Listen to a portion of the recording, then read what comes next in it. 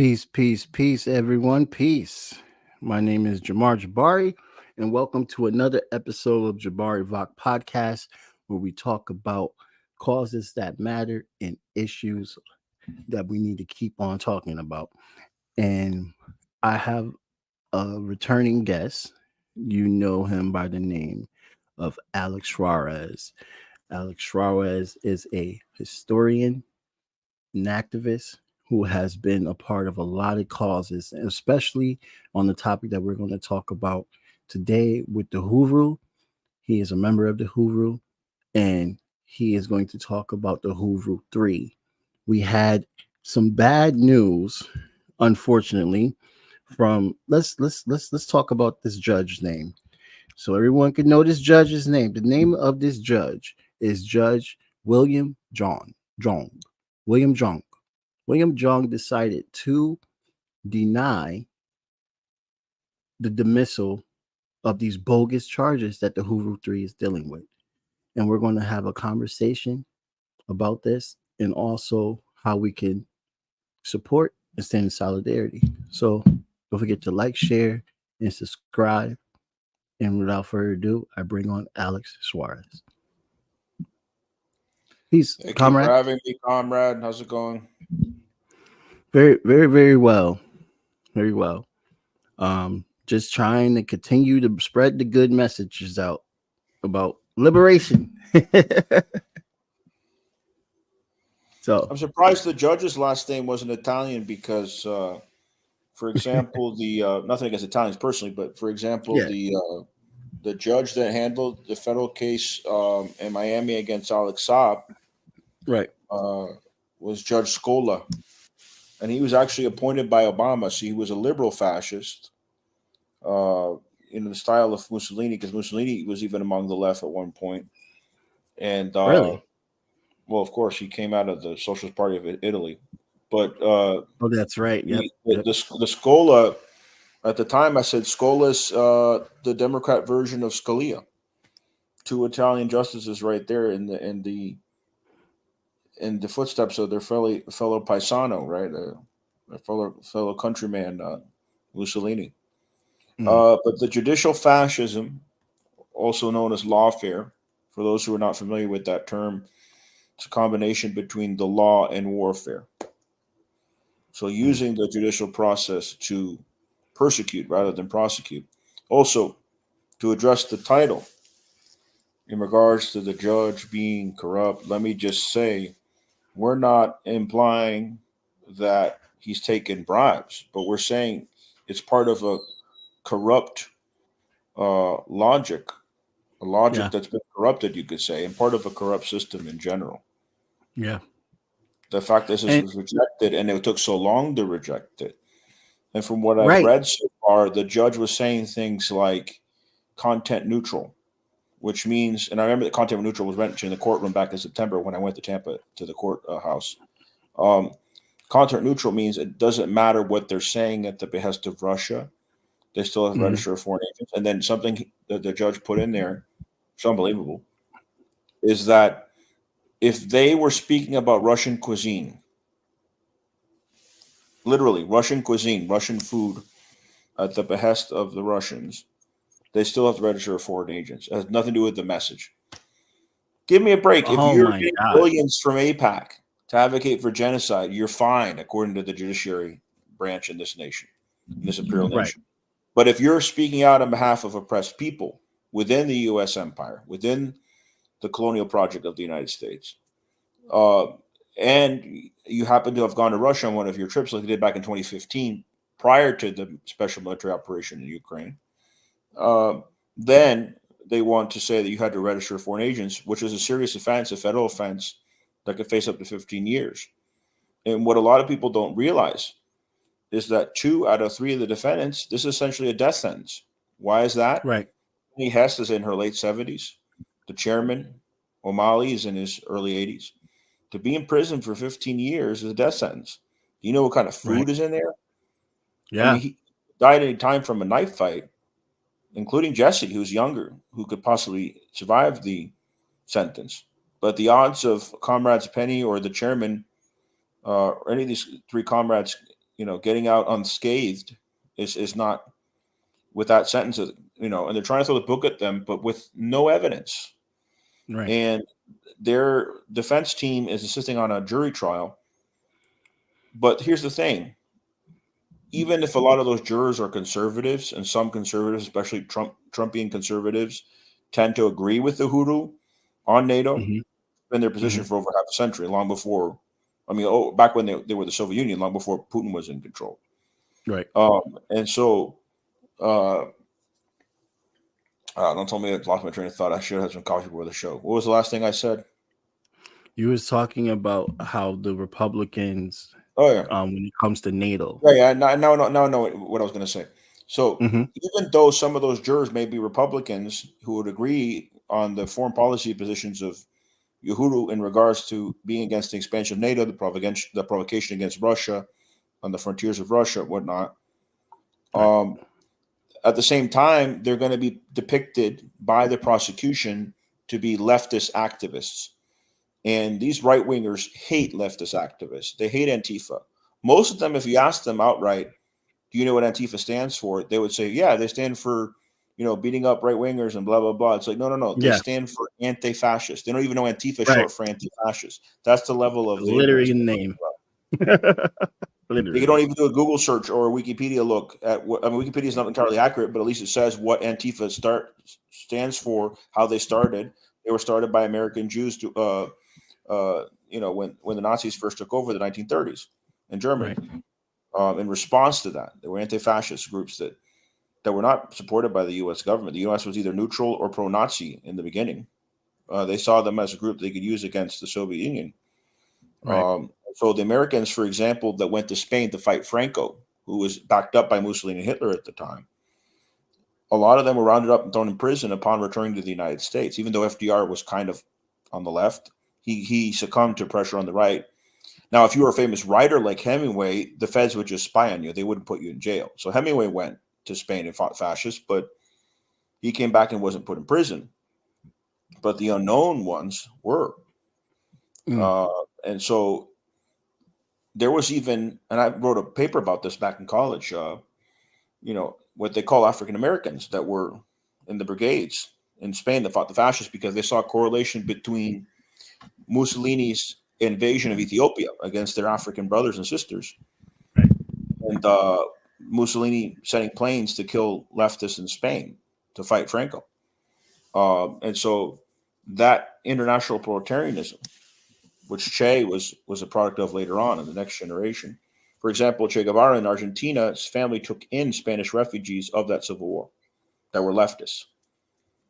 And so Che was educated about leftism through Spanish refugees that fled that very conflict in the 1930s. But, before it was popular to be anti-fascist, which is when finally the United States went into the war in World War II, after Germany declared war on them in Italy, after the attack on Pearl Harbor by the Japanese imperialists, who were in treaty with those two nations. So before that, there was a lot of pressure either to stay out of the war by the right-wing isolationists, not anti-imperialists by any means, or for them to get behind the Nazis to use as a proxy against the Soviet Union. And so Stalin was no saint, but he was brave enough to stay in Moscow. He stayed in a bunker. He could have fled Moscow, but he knew that would be a sign of weakness. And so he stayed in Moscow and fought off the Nazis. There was many warnings given to Stalin by his allies, and he ignored them. He thought his pact with Hitler, not alliance, pact with Hitler, non-aggression pact, which I think was a mistake, but it wasn't an alliance by any means. He thought through his pact with Hitler, that Hitler wouldn't invade, so he underestimated Hitler.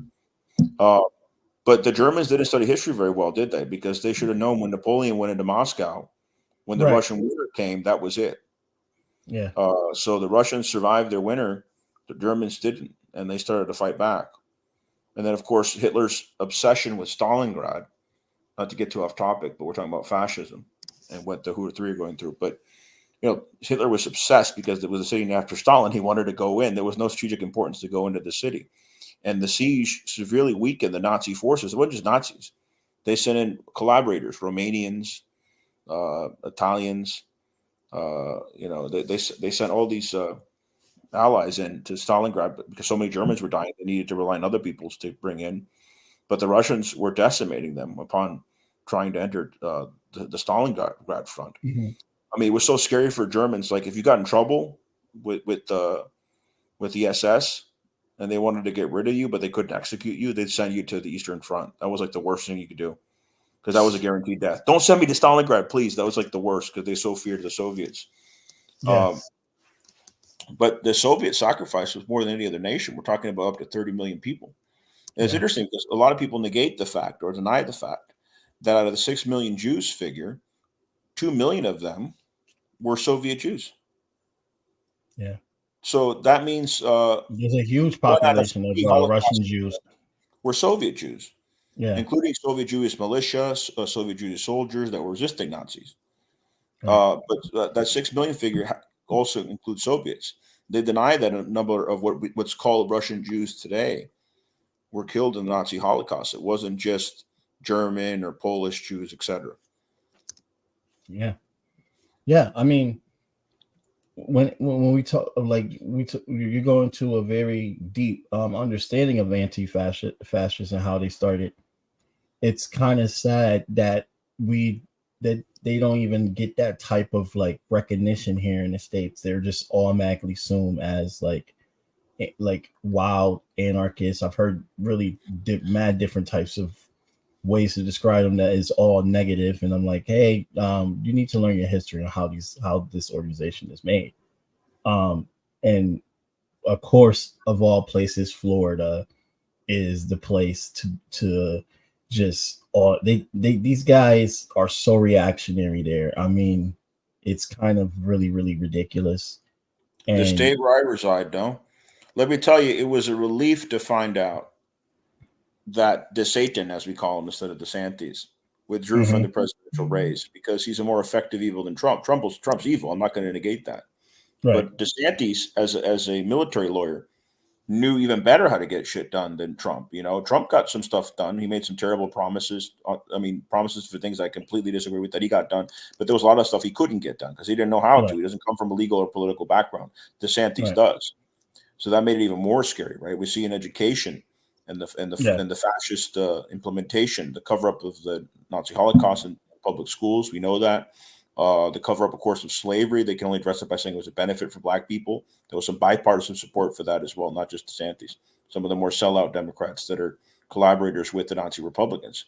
But this is what's going on in the so-called battleground state. Yeah, it is. And Omali's and the rest of Uhuru 3, their struggle is definitely intertwined with, this type of government in Florida where DeSantis is actually. Their headquarters is in St. Petersburg, Florida. I believe DeSantis was born in Tampa, so he was born in that area because St. Petersburg, Florida is in the Tampa Bay area. But that's one of the main headquarters of Uhuru. I mean, the Chairman Omali himself was born in Florida, so it's an important state to the movement as well. And that's fascist to use the law to ban things you don't like. Well, also, for example, Jesse Neville is one of the three. He's a comrade of mine. He's about my age in his 30s, I think. Comrade Jesse, he ran for mayor of St. Petersburg a few years ago. And they're trying to use that fact to say, oh, the campaign was run by Russian money. It's ridiculous. If you actually read the legal documents, the only thing that was proven was that a Russian national came to the United States as part of a tour on reparations. And there was some money there just for travel expenses. But nothing towards the political campaign. There's not even evidence that the Russian advised the campaign of Jesse Neville, let alone the unindicted co-conspirator. What's her name? Akile. Akile ran for, I believe, city council. So they tried to imply that she had some Russian influence there.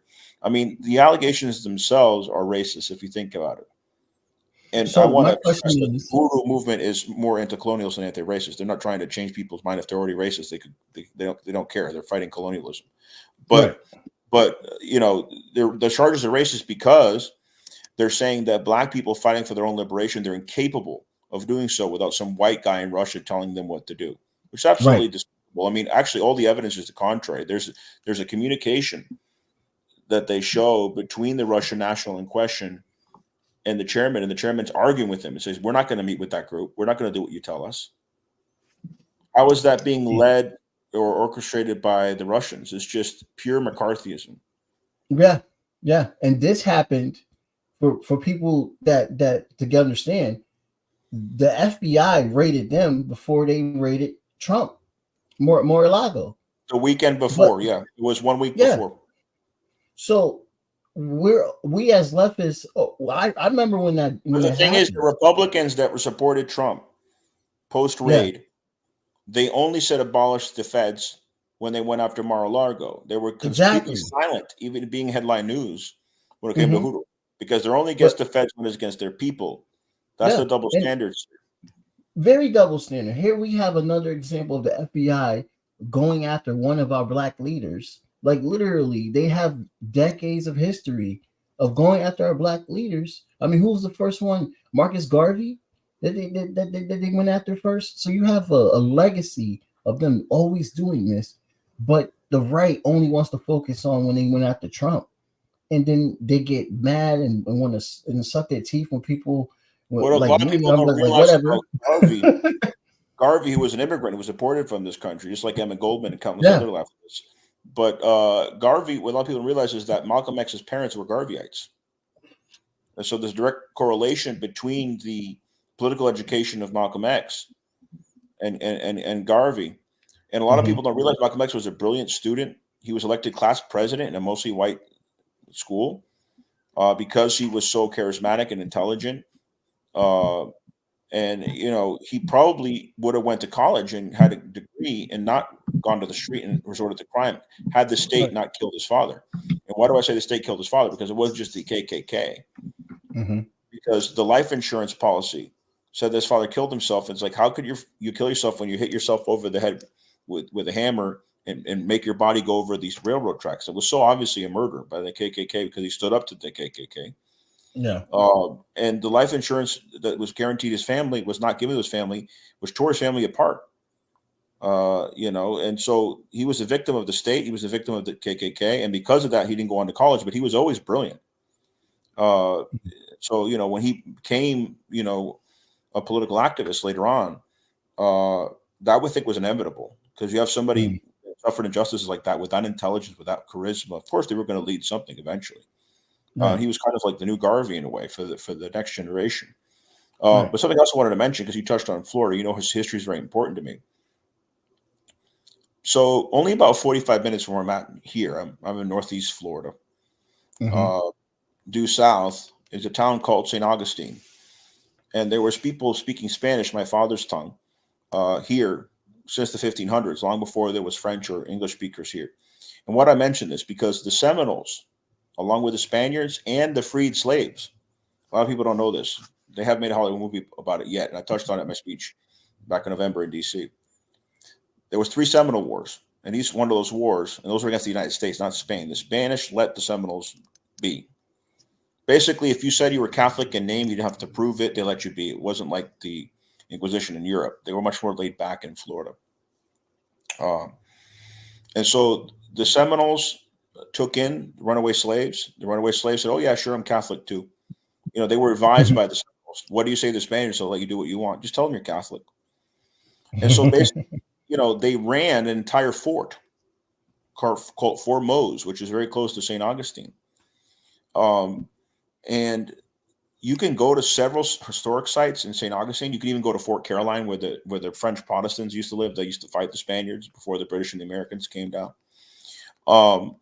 But there is not even a plaque held up in Fort Mose because that was run by former slaves under Seminole Spanish protection. That's just the fact. And who shut down Fort Mose? Andrew Jackson, the man that Jacksonville is named after. This is the thing. I'm all about taking down Confederate statues. Put them in museums for historical purposes. Don't cover up the history, but take them down. Why glorify this, right? So we don't forget. And a lot of these statues were built during segregation, long after the Civil War.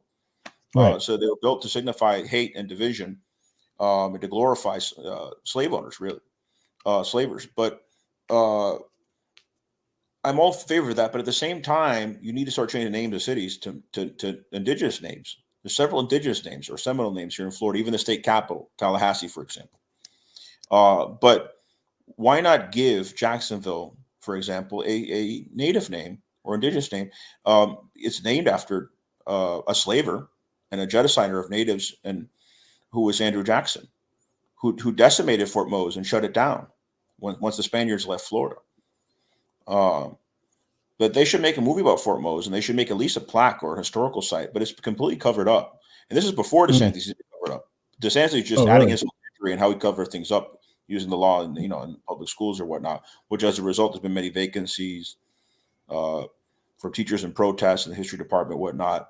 A lot of subs have come in as well, although some of those subs have been exploited as well. That's a different story.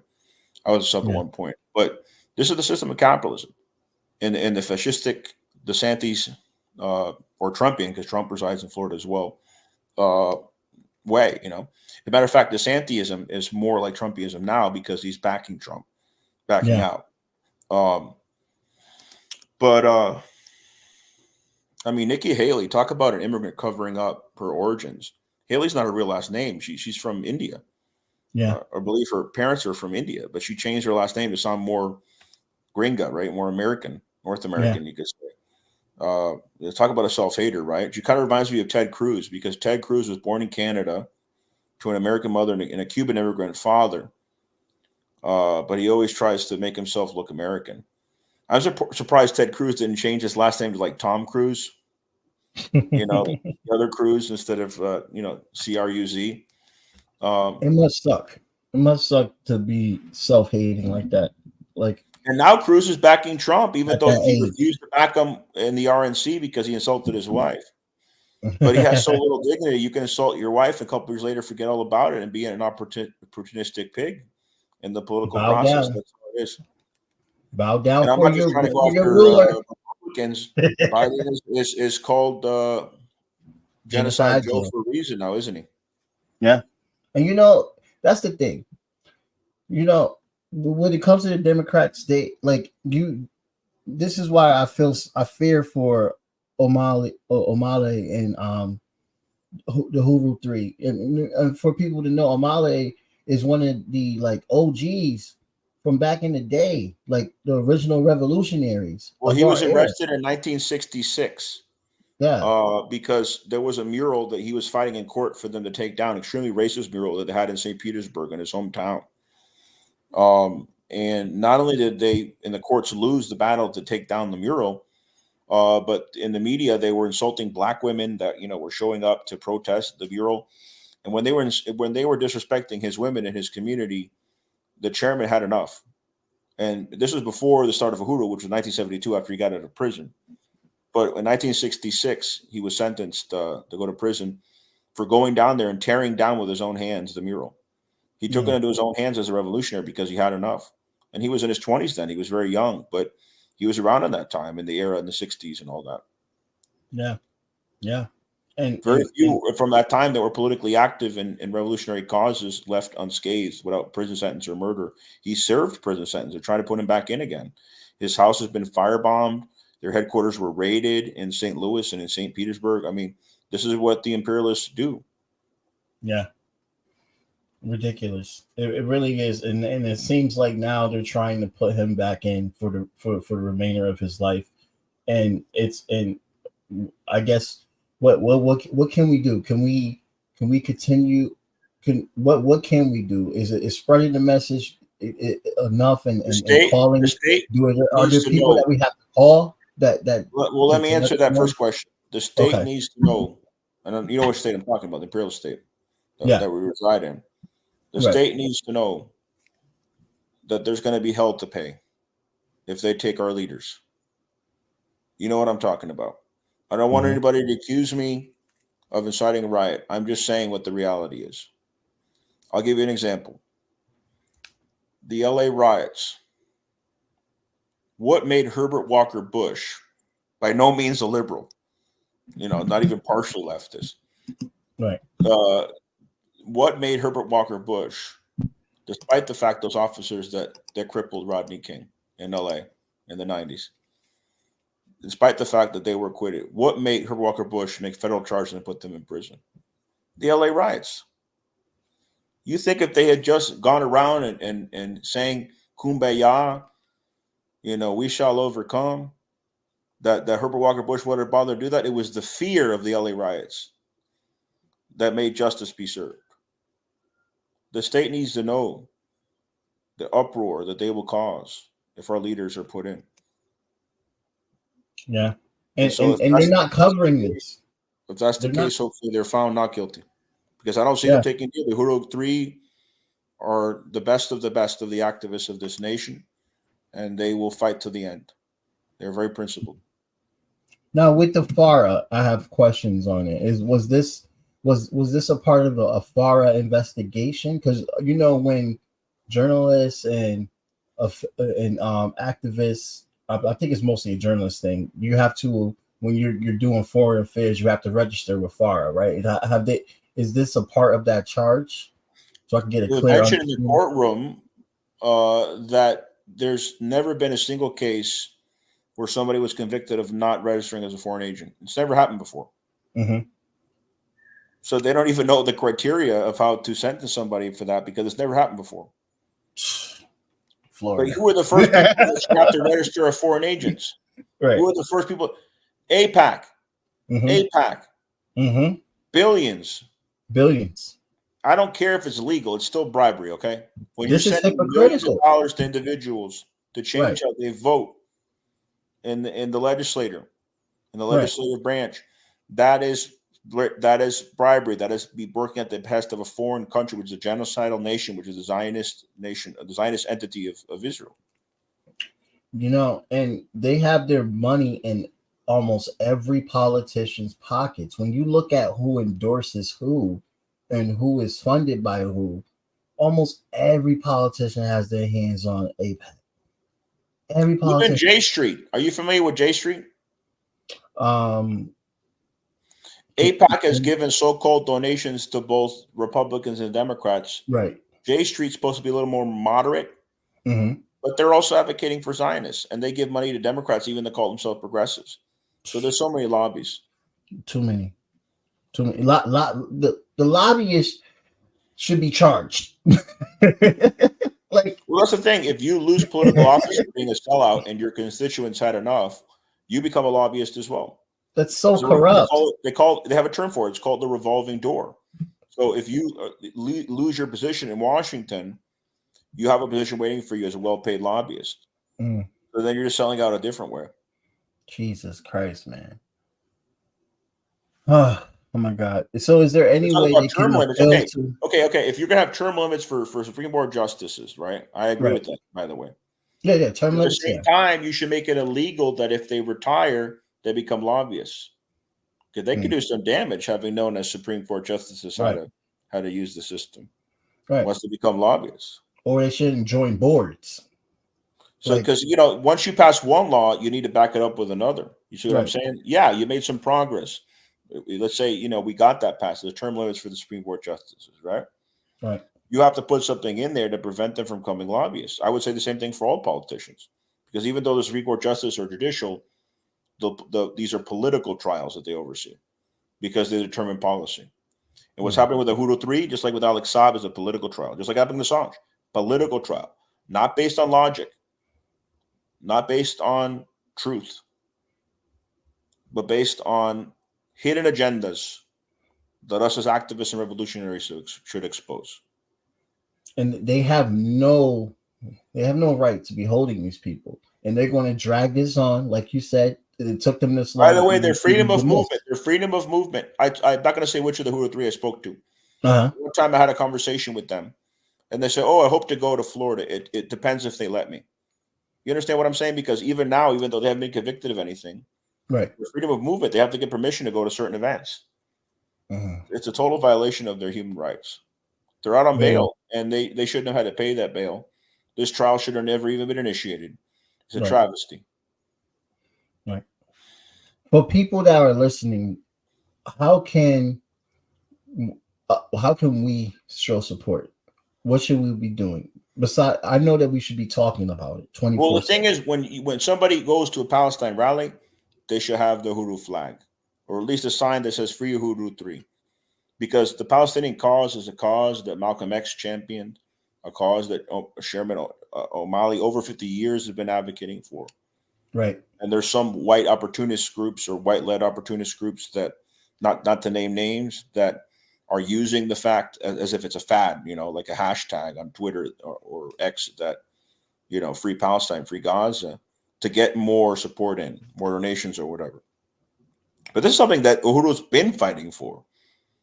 Just as like they helped make reparations a household name. I finished the book the other day it's called The Verdict Is In. It's all about the reparations trial at the UN that was brought in New York, and I read the testimonials of people like Afeni Shakur, Tupac Shakur's mother, who was a political prisoner, who was an important member of the Black Panthers, whose stepsister fled to Cuba. She was escaped prison. She was held on trumped up charges. So there's a direct correlation between what was left of the Black Panthers and in 1972, the formation of the African People's Socialist Party and the Uhuru Movement and their solidarity groups with whites and brown-skinned people, Latinos like myself. Mm-hmm. This continues on to the present. Mm. Well, I hope that they don't have to flee to Cuba like our revolutionaries of the past. Well, even Fred Hampton Sr., before he was assassinated on orders from Hoover, right? When they were trying to have a trumped-up charge on him for stealing ice cream or something absurd, throw the book at him for it. They were talking about him going to Cuba as well. I'm not saying I don't know who's going to go where, but I think what's important to stress is there's going to be a public uproar, an outrage against the injustice if they are found guilty, if they're sentenced. Yeah. And by the way, there's a correlation with Pelosi's statements. I was just about to bring that up earlier. It was right around the time of not the indictment of the dismissal, right, of the motion to dismiss trial, the rejection of it by the judge, by the corrupt judge. The decision is corrupt. But right around that time, Pelosi, this important member of the Democratic Party, former Speaker of the House, went on CNN on the record to say, and her second statement I'm going to mention is not on the record, but I've seen footage of it. She said this. They might have taken it down, the censorship. But she said on, I believe, the CNN the other day that those that are now protesting for Palestine are Russian agents. Yeah. And she said that Putin wants peace as if it's a bad thing to want for peace. And there's people buying it up. That's how brainwashed they are. And anybody, for example, who wants peace in Ukraine, you must be a Putinist. This is how they think. This is how these liberals think. And so the next day there was protests outside her home, and I saw the footage of this. She yelled at one of them, "Go back to China. Go back to your headquarters in China," as if they're Chinese agents. By the way, there could have been Asians there. How is that not racist? Go back to China. This is supposed to be your progressive Pelosi? Give me a break. Literally. She's getting to that level where she's just these people are true believers for people to understand. They believe in their bullshit. They believe in their bullshit. At least they pretend to. I mean, you're being nice. You're saying they pretend. I think these are really fucking fools. Because they've been groomed, they've been guided, and I got a joke for you. Back at this point. I got a joke for you. But I can drink water before I tell you the joke. All right. Because if I laugh at my own joke and my throat's too dry, I'm gonna start coughing. I'll give you a clue. It has to do with Pelosi. All right. Definitely a political joke. All right. Give me a second. Say what you want to say. What's up? Pelosi she's done. She needs to stop. Okay, so guess what Nancy Pelosi's husband's favorite rapper is? Who? MC Hammer. Really? Get it? MC Hammer? Ah! Oh yeah, that's right. Now you get it. I saw that in a Twitter meme the other day. What was rapper is MC Hammer? Well, you know that was his gay lover though, right? That's what they say. I don't know. That's what they say. Yeah, I heard. It was a lover's quarrel that went wrong, and I don't know. I don't know neither, but I'm just like what went down? Like that's I hate when an old man gets beat up like that, but we're talking about criminals here. I know, I right? Like you feel was he bad. convicted of corruption and even implicated Pelosi? It's part of the reason why she retired early, and because she wasn't planning to retire. And also he got caught in a DUI. The DUI thing was before it could have been staged too, but they said he was really hurt. But the DUI, which is before this, at first I thought it was staged. I'm skeptical because I thought, okay, he wanted to look better. Oh, poor me. Forget the fact that I got, caught in a DUI. Right. That guy. These are powerful figures, like they're very been driving really bad for the cops to stop him and still get in trouble. Him being Pelosi's husband. I think he told the cops something like, "Do you know who I am?" The arrogance of these people. Yeah. Like I remember in Tampa, when I used to live in Tampa, like the college president and vice president of the college I attended on 2 different occasions got caught in DUIs, and they were all over the media, and they still kept their jobs. But I heard about a school principal who got caught in DUI. He was fired. But when you're at that level, the college overpaid with all that power, that's why textbooks keep changing, but the content stay the same, and they overprice everything to overinflate the budget of administrators in colleges. Oh, and really? They get away with crimes like that, not just in Tampa. That's just one example. Why am I not surprised? Why am I not surprised? So, before we go, I wanted to show. Where's my article? Oh, I can go for another 20 minutes. I said about an hour or so. Yeah. There's no rush.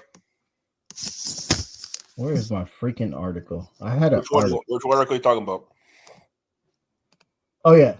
This is the perfect time to bring it up. By the way, if you have anybody ask us anything or comment us anything on YouTube, let me know. I could answer to it too. Yeah, guys. If you got any questions, definitely let me know. I don't see any right now yet. But I wanted to go into Pakistan real quick. I wanted to what's going on over there? Imran Khan has been sentenced for 10 years. Oh, no. And this is right after he actually has proof that the United States government did, in fact, collude with Pakistan to remove him from office. Well, the Pakistani military, yes. Yeah, the Pakistani military. Yeah. Who run the parliament. You see, military that runs the parliament. Khan was not part of the military. He had to deal with them, but he wasn't run by them. Right. But most of the Pakistani parliament is run by the military, who are highly supported by the United States. Yeah, and the military. Yeah, you just said it. I was just about to say that. So, like, God, I didn't hear. I've been so busy. I didn't even hear Imran Khan got sentenced already. That's terrible. Well, I've been. Yeah. The reason why I knew is because I got a Pakistani contact on Telegram, and they let me know really fast, and I was like, yep. Oh my God. So I think we talked about him last time, right? Julian Assange interviewed him once. Oh, he did? Oh, yeah. Back when Assange, I thought I told you, it might have been in a different show, but back when Assange was on RT from the Ecuadorian embassy, Imran Khan was one of the people he interviewed. And this is when Khan first ran. He was like second place. But all the other people that ran against him then were corrupt. And the WikiLeaks showed that. And so they brought Khan on, and Khan and Assange got along pretty well. But it's sad, that coup against Khan. He was a pretty progressive leader, and he was trying to do business with Russia. He was trying to do what India did, but the United States sees Pakistan as inferior to India, and then went in and did the coup against him. Yeah, and people will be protesting. Last time when this happened, they were protesting very hard. This month, they're due to find out if Assange is going to be quote unquote extradited, which is really a kidnapping, to the United States. And this month, they're going to announce when the Uhuru 3 trial is. This month's going to be an interesting month. It's also going to be the anniversary of Malcolm X's assassination on the 21st, 59 years. So the Uhuru 3 will be on trial this month? No, they'll announce the trial date. Oh, okay. But I believe they have to go to court to do that. So I might be going back to Tampa in February to show my support later this month. This is that's not right. And they are appealing. I found that one of our Zoom sessions. Oh, they are. Announced that that the defense team is appealing the rejection, but the odds of the rejection not going through is very low. They're probably still going to announce a trial date. We have a comment here. Let's show the comment. This sounds interesting. Tampa 5 got I don't know if you knew this. Shortly after Alex Saab was freed, the Tampa Five got dismissed. And we thought, really? great, Uhuru's going to be next. But nope, they're still going after Uhuru. What were they saying about Pakistan? Let me read this. Yeah, it says, Marxist Pakistani professor I followed didn't support Khan. I was shocked. Well, they were probably a bourgeois Marxist. There's different types of Marxists. Either that communism. either that or an Orthodox Marxist, because Orthodox Marxists like, oh, Khan's not leftist enough. Give me a break. I mean, I don't think Trotsky himself would be this Orthodox, but some of them are like super Orthodox. There's Marxists that support Lula. And Lula, he literally, Lula. I'm mad at. I support Lula too, by the way, but I'm still mad at him that he's given some type of recognition to Dina, the freaking dictator over in Peru. Like I'm still kind of heated about that, but I like Lula. I don't believe he gave recognition. What he did was he said that Pedro Castillo overstepped his constitutional mandate. But that doesn't mean he was backing the fact that Pedro Castillo was arrested. Right. Exactly. Yeah. Because Dino overstepped as well. Actually, he didn't overstep his mandate. It was legal what he did. An emergency situation. There was an emergency situation. Pedro could have done what he did in Peru, and Lula didn't understand that because he doesn't understand Peruvian law. Right. But at the same time, he wasn't saying I back what Dina's doing. I back the repression. I back the Pedro Castillo was arrested. No, Lula never said that. Well, when you do a photo op, Alex, I didn't know about the photo op. Everyone's gonna be pissed about that's going on. I've been dealing with my own issues. I haven't been paying attention. Oh yeah. I don't agree that Lula should be in a room with Dina Boluarte. Dina Boluarte should be totally isolated from the other Latin American countries because she's a dictator and imposed by the United States. And this should not be tolerated anymore. This is not the 1970s. This is not the juntas, the Condor years. This is supposed to be a more progressive era for Latin America. Right. A more independent era. Yeah, I totally agree. But like I get it. He's pragmatic in the things that he does, so I believe that. Well, the people that pretend to be on the left that like Bolsonaro, who's way worse than Lula. Yeah. Even people in the gray zone have said that they like Bolsonaro. I think the main reason is because he was anti-vaccine or whatever. That's not Max Blumenthal, right? But they love Bolsonaro apparently. But Bolsonaro, God, take Lula. I'll take Lula any day over Bolsonaro. Yeah. Oh yeah. I definitely agree with that. I'm very shocked that there are even leftists that are considering to like Bolsonaro. He literally is fascist. Literally, when they asked him in an interview years past, who's your number one influence in history, and he said Goebbels, Hitler's minister of propaganda. Jesus. Bolsonaro said it himself. What an asshole!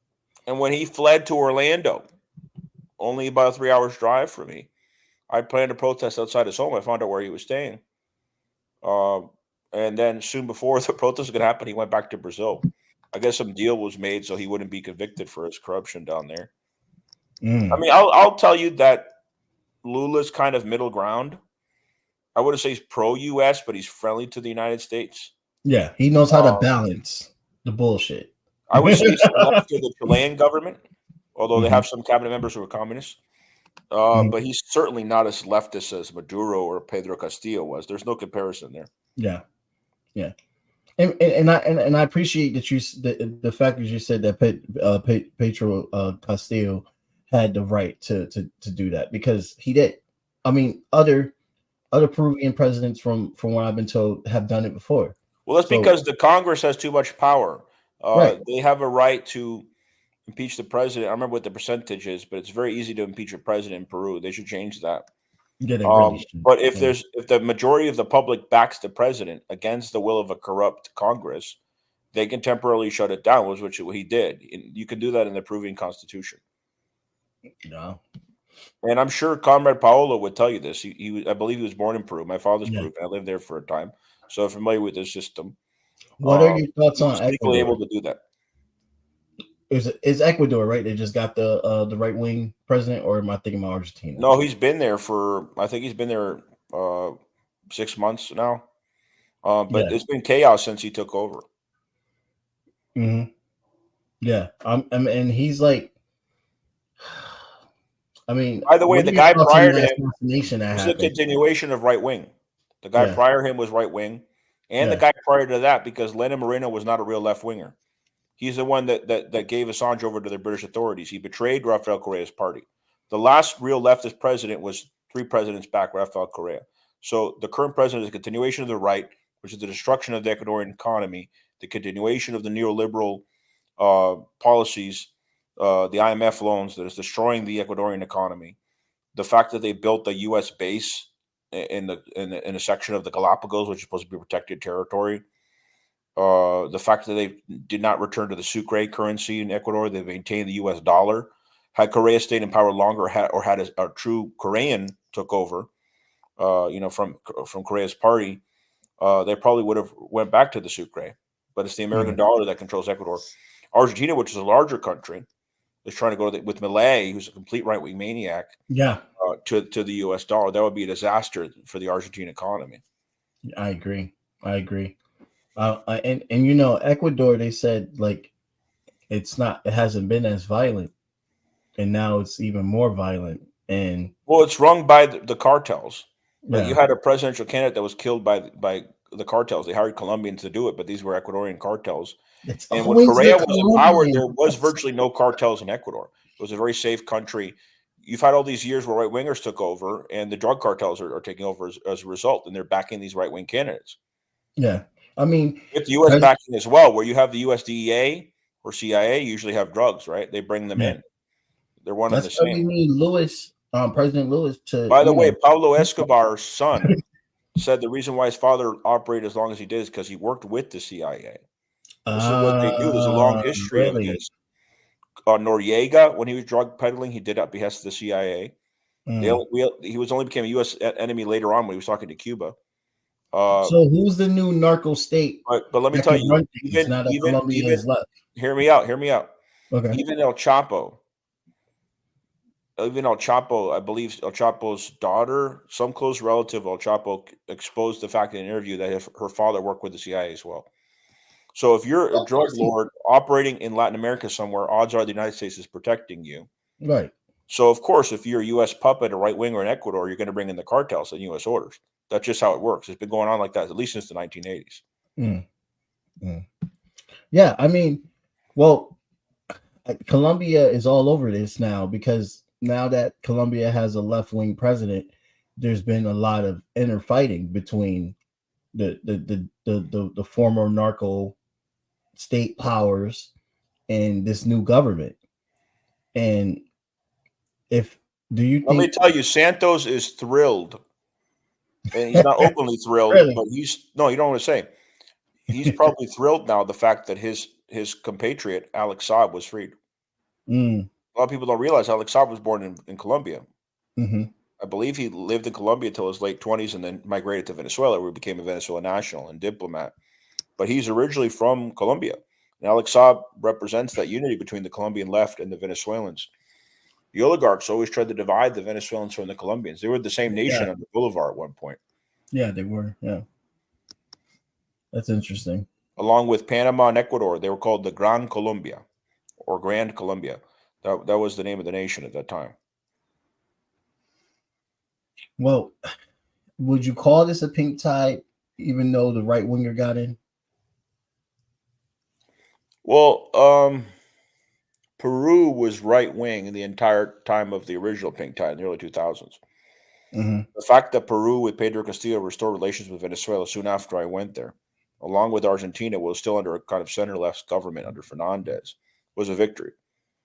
But unfortunately, since then, there's been a reversal in Argentina and Peru, and Ecuador's continuing to be right-wing.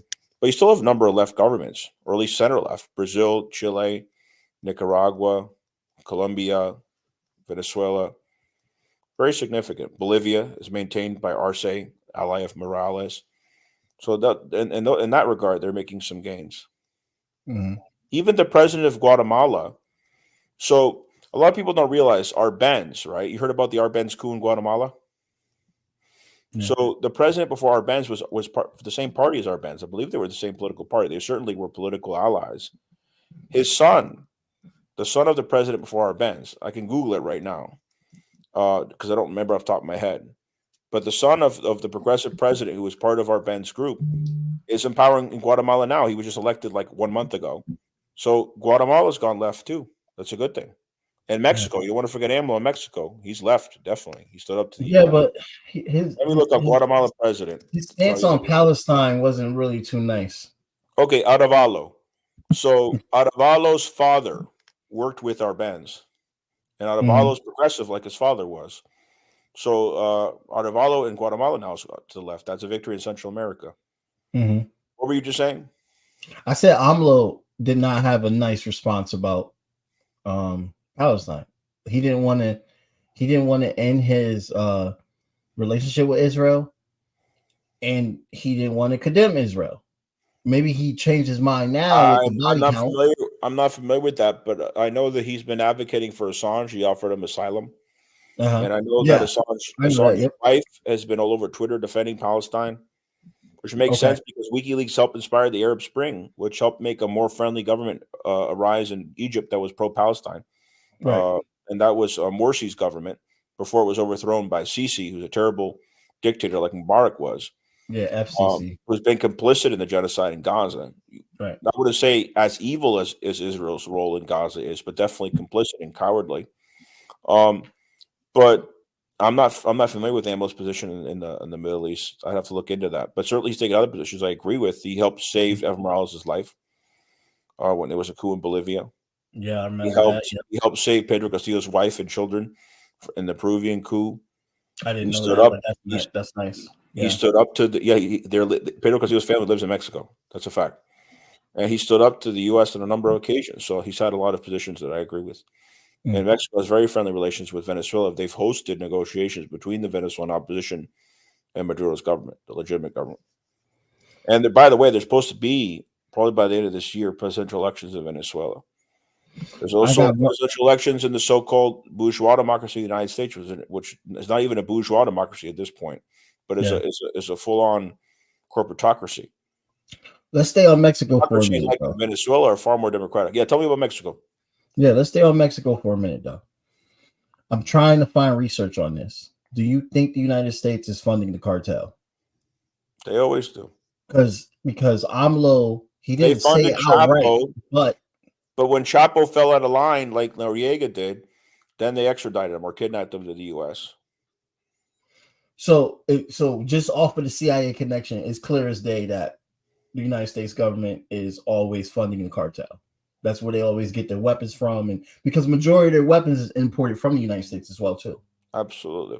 So how can AMLO stop this? Because AMLO mentioned that as well too. He said, "I wonder why." A lot of people blamed. Hear me out. A lot of people blamed AMLO for Mexican journalists getting killed. When you actually do your homework, those were journalists that were allied with AMLO. Those were journalists that were fighting the corruption, that were fighting the cartels. AMLO is very anti-cartel. It's just he doesn't want to start a civil war, so he's doing it in a careful way. Yeah, those motherfuckers are souped up. You got to be careful with them. They're not like the mafia, where they just got like a little bit of guns there. So they are like their own fucking army at this point. Because they own like the governments in a lot of those areas. Right. So there's only so much AMLO can do with his federales, with his federal forces, Right. Man. And Texas.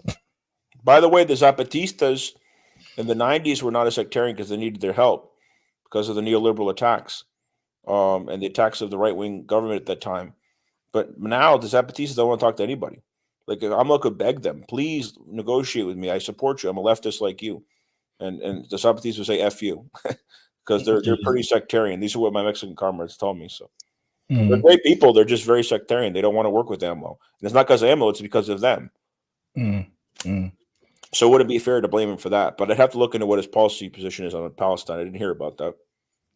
Yeah, it I'm hoping because that started around the November was when I heard about it, and I was very disappointed. So I hope his stance has changed. Well, one thing is saying I don't want to rupture diplomatic relations with Israel because I want to have diplomatic relations with everybody, even countries you're hostile to, because he is kind of hostile with the United States. Another thing is endorsing the genocide.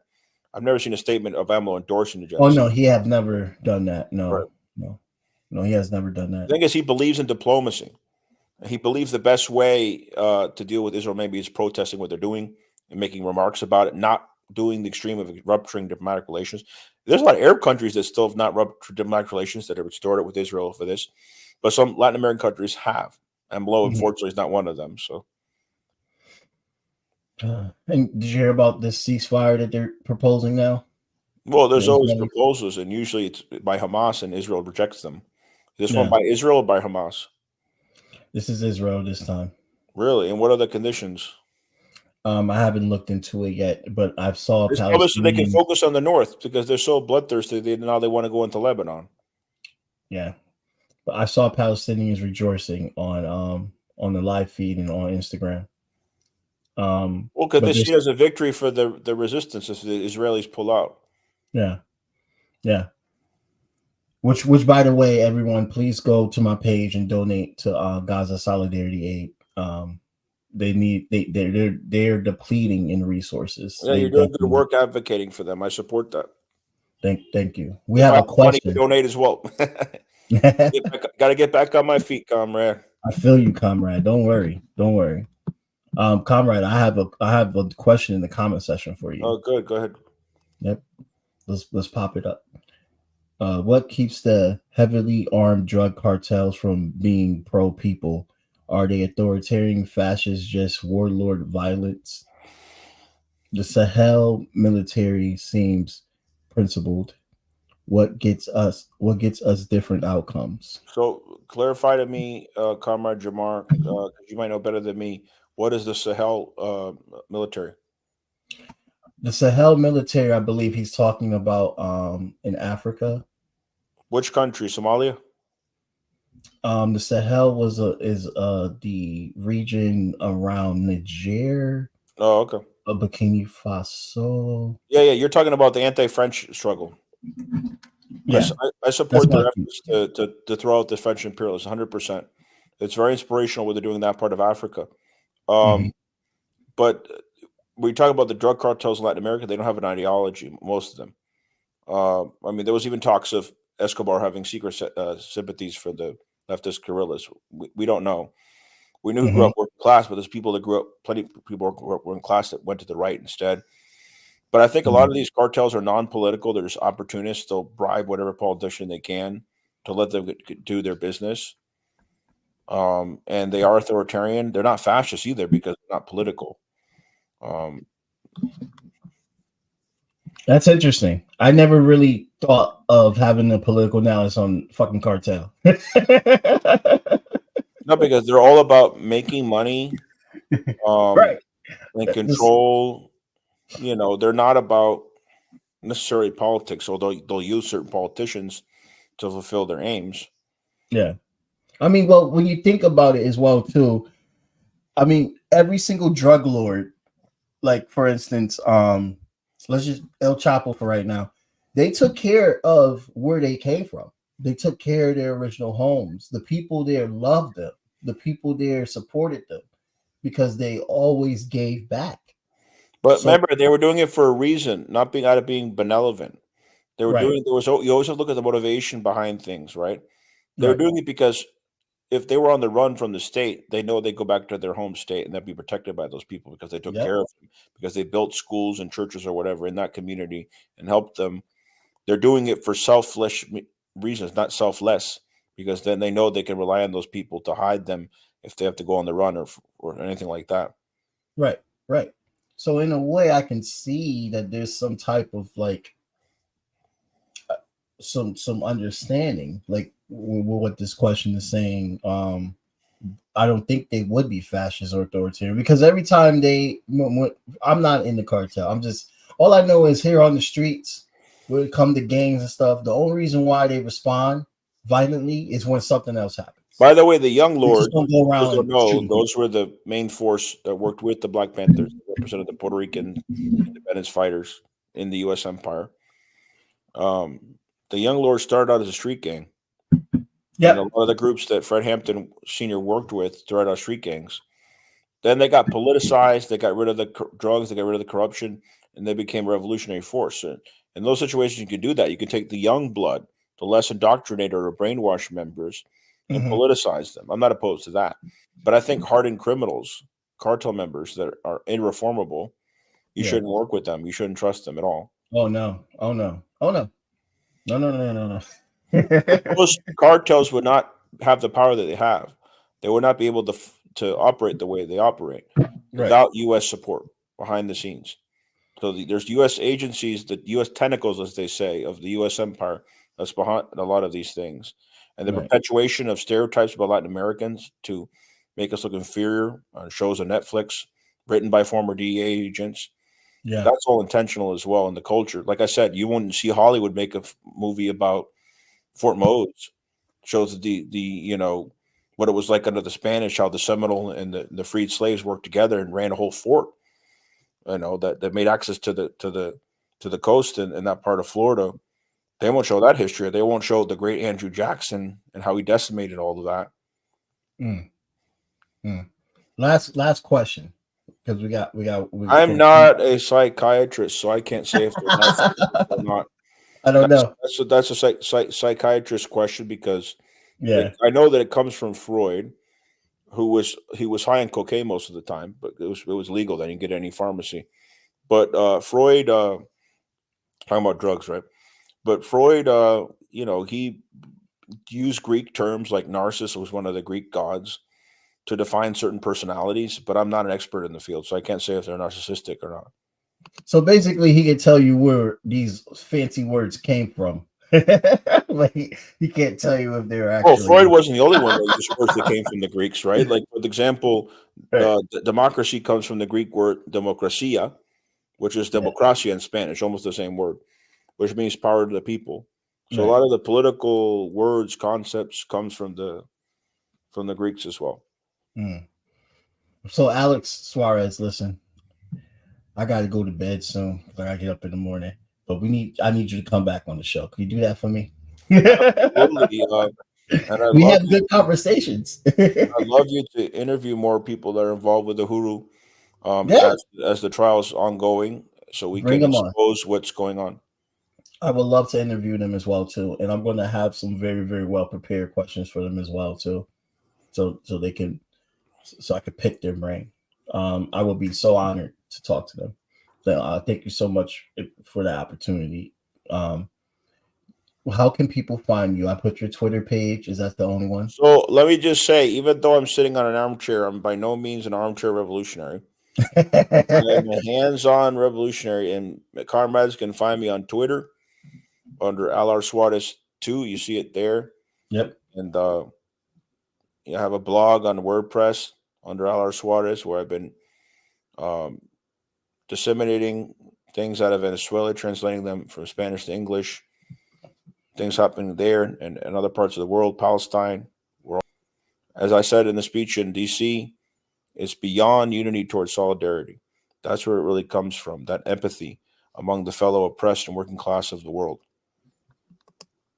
Thank you so much, Alex, for coming on, bro. Just like you did, just hit me up. You're always welcome to. You are a friend of the show, and I really wish the Uhuru best of luck in fighting this fascist case. We should maybe do a panel sometime. Have 3 or 4 comrades talk. That'd be interesting. That would be great. That would be freaking great. Peace, my brother. Peace, my guy. And to everybody out there, don't forget to like, share, and follow. And have a blessed day.